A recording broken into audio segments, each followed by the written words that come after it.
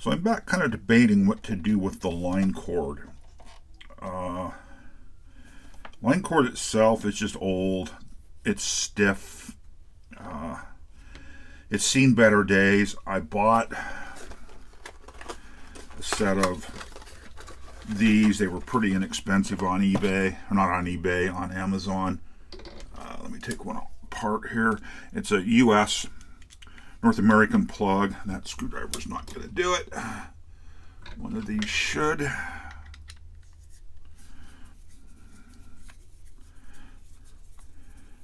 I can get the screw out.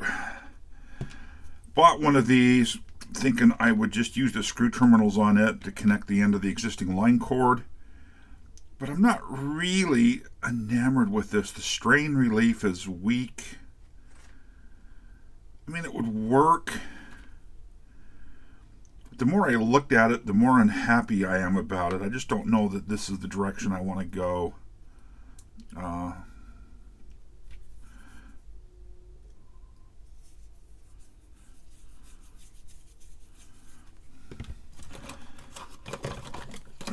So while I was looking for those line plugs on eBay, I came across this tool. And it is a strain relief tool for the style of strain relief that's on here. It was under $10. I'd been wanting one of these anyhow. I thought it would be much more expensive. You know, Pros Kit CP311. I'm not recommending it. I'm not recommending it. I haven't used it yet. It seems made well enough. It's got a little lock. So the question becomes, how easily can I remove the existing strain relief? I've struggled with these before. I've used a pair of pliers to, crimp it in and pull it out, and you fight and finally get it out. But it's pain, and it always ends up with marks. You leave marks from the pliers on the plastic, and it just doesn't look good. And things I commented on in an earlier video was I didn't see marks on this, like somebody had tried to crimp it with a pair of pliers. The serrated edges and the pair of pliers hadn't dug into the plastic. So really, the question of this for me, let me move some stuff around here, because there's never enough room on the bench, is where do the three leads go? So the black lead is to that switch there. So let me see how much work it'll be to remove the existing line cord.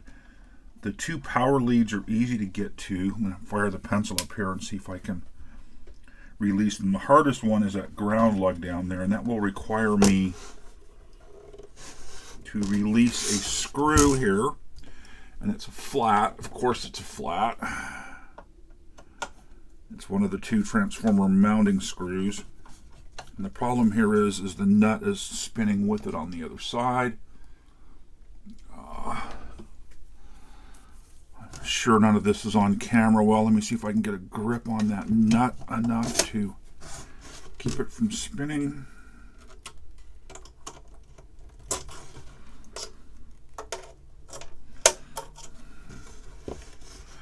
May have to try to wedge down in there with a screwdriver.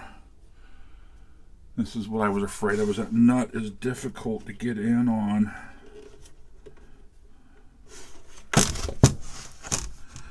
I'm sure this is all way off camera. Apologies. I'm trying to see if I can get in there and get a grip on that nut enough to loosen the screw, which I've done. Okay. I can back this one mounting screw for the transformer all the way out. The nut should come the other way.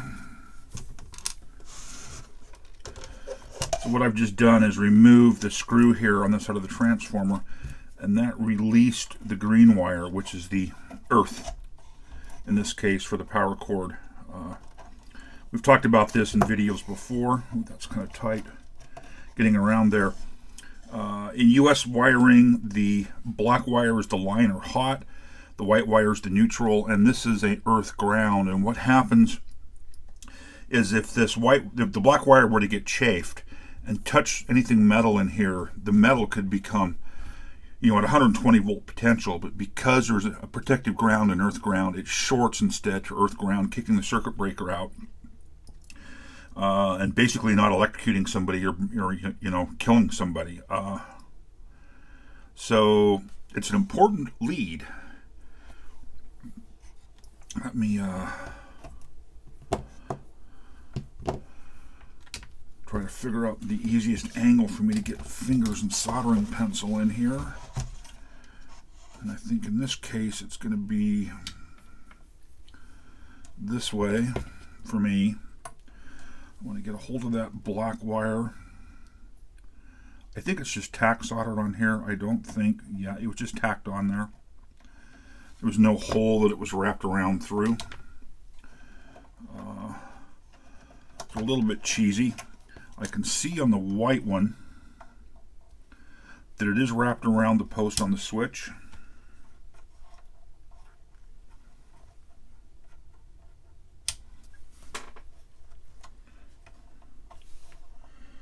I'm noticing something odd on the switch that I don't fully understand. What is this red wire here running over the fuse holder? So the hot line came into the fuse holder. Or no, that's, yeah, black is the hotter line. Came into the fuse holder. I hope I've got that right. From the fuse holder to the center position on the switch. Are they just using, I think they're just using this top lug as a tie point to tie these two white wires together. I don't think it's actually doing anything in circuit. So I think it's just, I guess, a tie point for the white wires. So I guess let me see if I can get that to come loose. We'll add a little bit of fresh solder here. I've got a very large tip on the pencil here to try to generate lots of heat. There it went. See if I can pull these off. Oh, that wire shredded. Oh, that sucked. There's enough length here this won't matter, but this white lead shredded. The insulation on it from the heat. Can I get it off of there?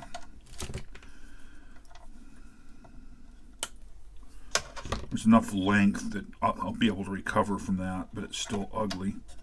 So that's the third lead for the line cord.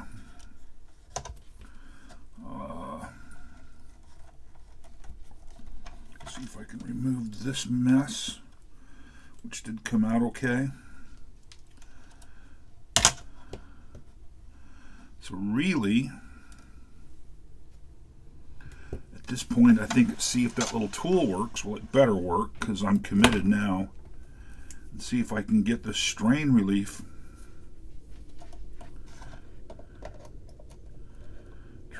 to crimp in and come out like that. So it actually grabs behind, there's the part that's outside. It actually grabs behind that to do the squeezing. So, well, that was the easiest I've ever removed one of those. Get it open here, maybe. You can see how it works. It basically puts this crimp in the wire. It's probably really hard to see, but that piece goes down into a slot in the main body, and it creates that crimp in the wire, and that's what creates this strain relief. Looking inside, I can see that they're probably brass contacts are nice and shiny in there. I feel like this is probably going to be a better line cord to sacrifice. So let's do the exact same thing again. And either this was a mistake or it wasn't. It looked to be a little heavier. I want to again kind of get a length estimate from the existing. So I want to cut cut it about there. And same thing, I'm just going to roll it with the X-Acto, lightly cutting down without getting too deep, hopefully. And hopefully when I flex it, yeah, definitely a tougher outer jacket.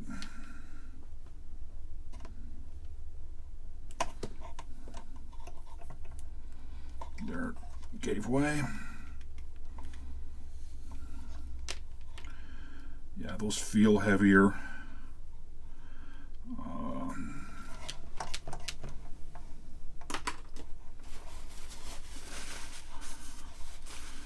White powder, I believe, is, well, it's from the manufacturing process, I think. It acts as a lubricant. This is all kind of pulled through and jacketed. So we've got that taken care of. Get rid of that mess. That looks fine to me. I need to remove the ground lug off of here. It's easier to do always with this mounted to something, but I don't have anything to mount it to. I'd use like the helping hands, but I think this will give me a little more solid way to do this. Let the pencil heat up for a second.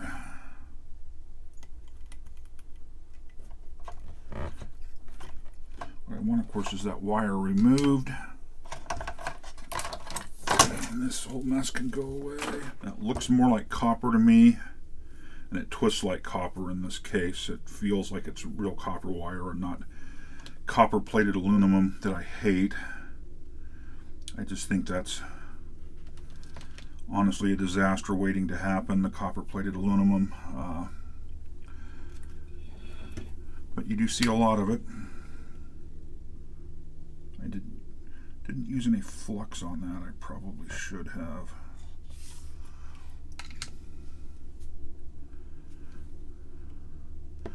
Not happy with that solder connection at all. Part of the problem was I couldn't see it. Yeah, I'm not happy with that at all. Let's add some more solder. Let's clean up the tip first.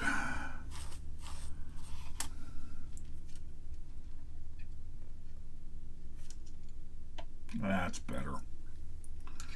That's much more what I was expecting to see. We'll trim off the excess. That looks nice and neat. The other two leads I will strip back when we get inside of the case. About how far back was the crimp? It's about there. We take this guy and we begin the, kind of get this to compress. Oh yeah, that actually worked pretty well for compressing that. Wow, okay, I'm impressed. I have done that with, tried to do that with pliers before, and it's always been nearly impossible with a pair of pliers. Oh, that worked really nice. If you're dealing with these kind of strain reliefs, it's a Pros kit, P-R-O-S-K-I-T, CP311. That worked very well. That was by far the easiest I've ever installed one of these. By far, that was just really nice. Again, tools make the difference between struggling and unhappiness and actually just getting something done. I am in drop on the floor mode, as I always am. So, I'm happy with that. I need to reattach that ground.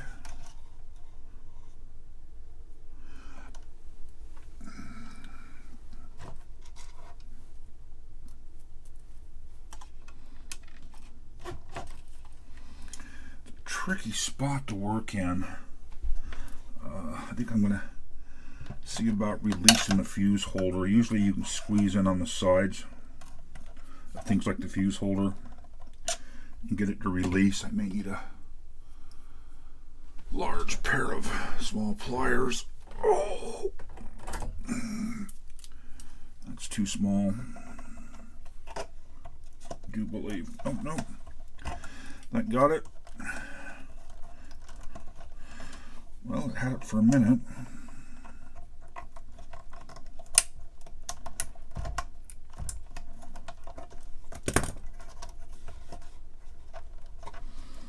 I can get it to release on one side, but not the other.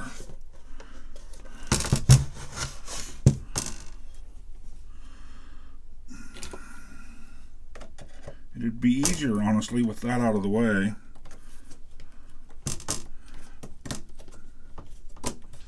Just pull it forward like that. And then those ears are slightly flexible, so they'll flex and recatch when I put it back in. Feed the screw up through. The ground lead goes on. This nut that's going to be interesting to get started down in there goes on. Yeah, with that fuse holder out of the way, that was much easier.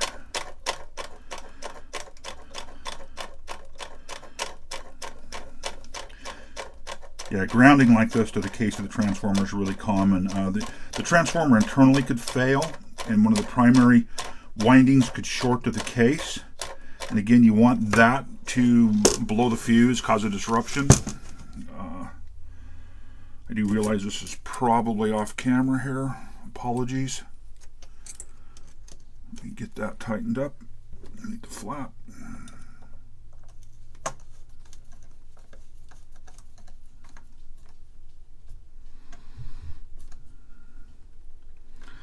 That went well. I'm happy with that. I have this little tiny pair of channel locks here, or water pumps is what my dad used to call them. It's an Excel tool. These have been really useful, like for the little nuts on switches and things. These have just proven to be really useful over the years. So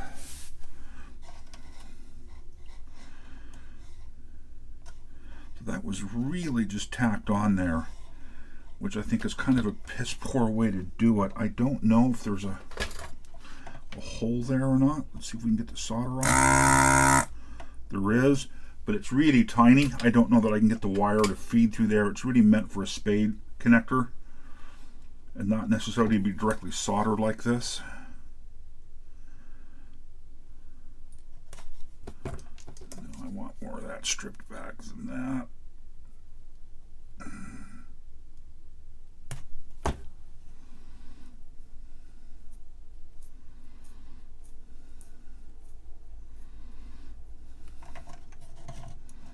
Nope, can't get it all the way out.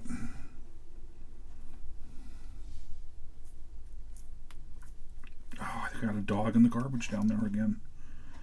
Oh, come on, I just wrapped that, twisted those together, and as soon as I turned it around, they weren't twisted together, which is this hallmark of aluminum wire. I do believe this is copper.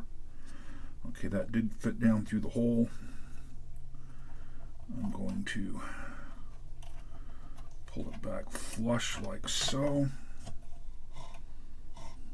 I want the wire to hang out of it straight. Let's get a little weight on there. Solder that up. I think that's a little bit better connection than just tack soldered in place. It's got a little better mechanical joint.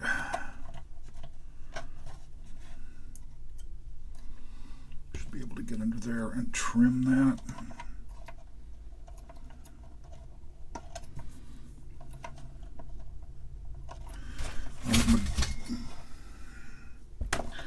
Wow, it's really like drop everything day.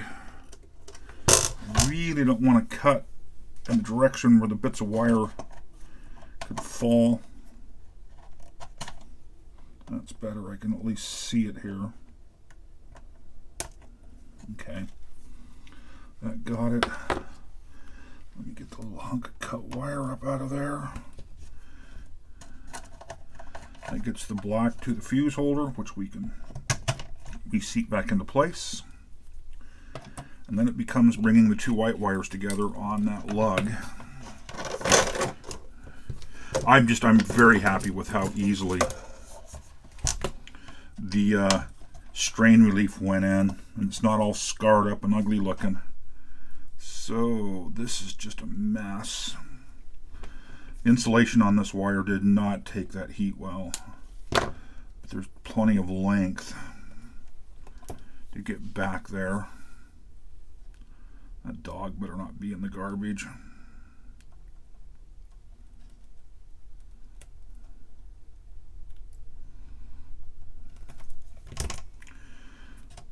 That was twisted kind of the way it was originally twisted. I'm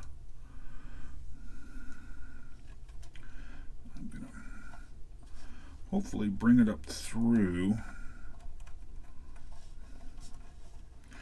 I prefer coming up through this way, because that way I don't have bits of wire from the end poking down towards that other contact down there, that center contact, which I just think is a little bit neater way. Okay, she's definitely in the garbage down there. There's nothing in that garbage.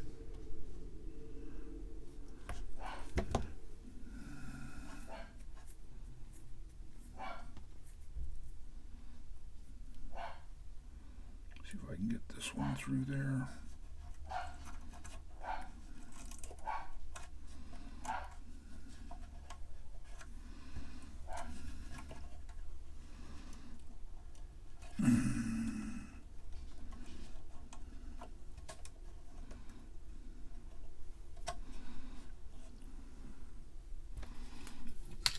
Can live with that. That's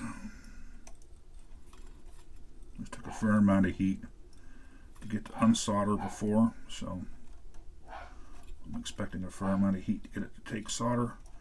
Oh, that's a lot of flux fumes. Solder hadn't set up yet, and I disturbed it, so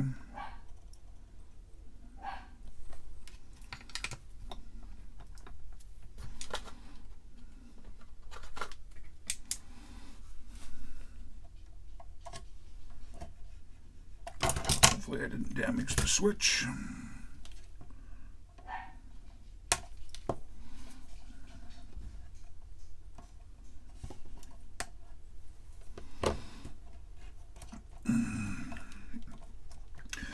We are back together. I'm okay with this. It's not perfect, but it never is. But that looks absolutely fine to me.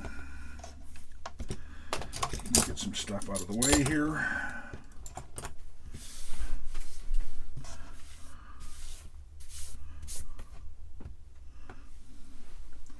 We'll do a quick visual.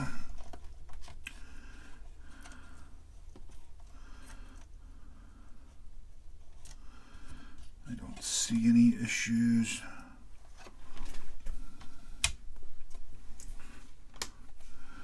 Get the meter.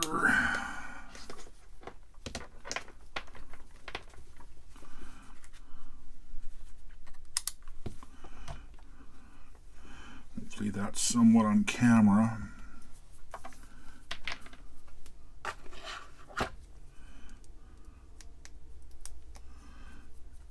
Get on a common ground. Let me take a look in the camera to make sure the meter is being able to be read, and I'm not sure because I can't see it. Let me get it someplace where I think it can be read. It's not in the way. That looks pretty good there. Should have the power off back there. I need to plug the line cord in. Hopefully a circuit breaker won't blow and knock the power back here out. It shouldn't.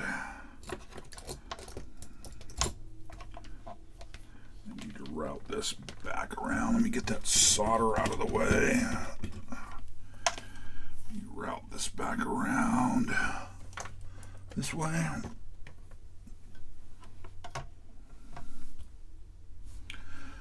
I heard like a switching power supply wake up there, which of course obviously didn't happen, but it was a rather weird.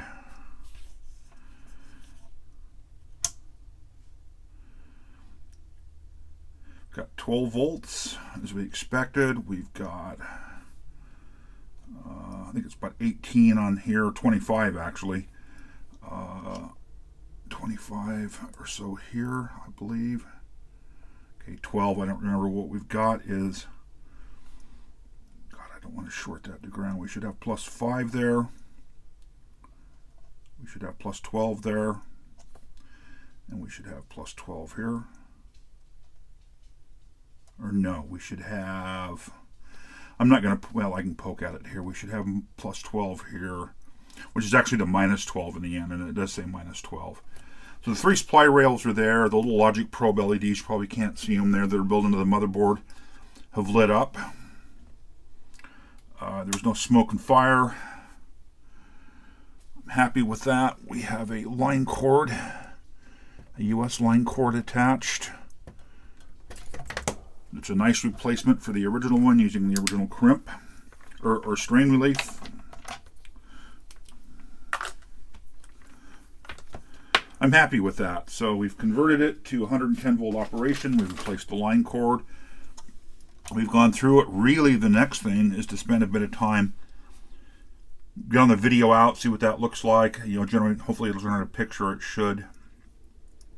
I did go back and review the photos the seller in Australia had posted, and he showed it operational.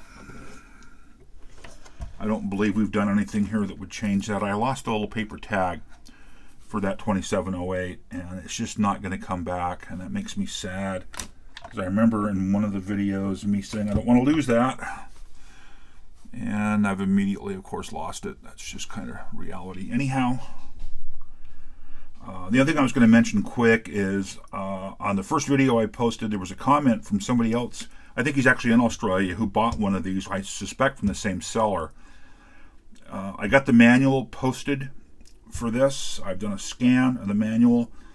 I've got 3 different scans of the schematics, grayscale, regular color scan, and then a black and white, a hard black and white. All 3 of those scans are in the PDF, so you've got 3 different possibilities of reading things on the schematic. It actually scanned pretty well. The 4 pages of schematics. The manual turned out well. I always put a lot of effort into these, so pages were rotated where they needed to be to get them straighter. I cleaned up a lot of the marks and things on the pages that just didn't need to be there. They just from age, that kind of stuff. But like I say, it's there. The link to it will be in the notes of all the videos in the series.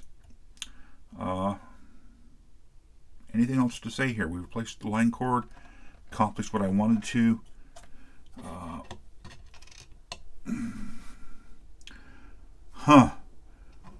There's the nut that originally came off that screw down here, and yet there was a nut that fit absolutely fine that I used. I'm not going to pull it back off again. That was a pain. That's just kind of funny. There was a random nut laying here that looked the same size. It is what it is. When the bench is as messy as mine, these things are bound to happen. Anyhow, I keep saying it. I'll wrap this one up here, and we'll talk soon.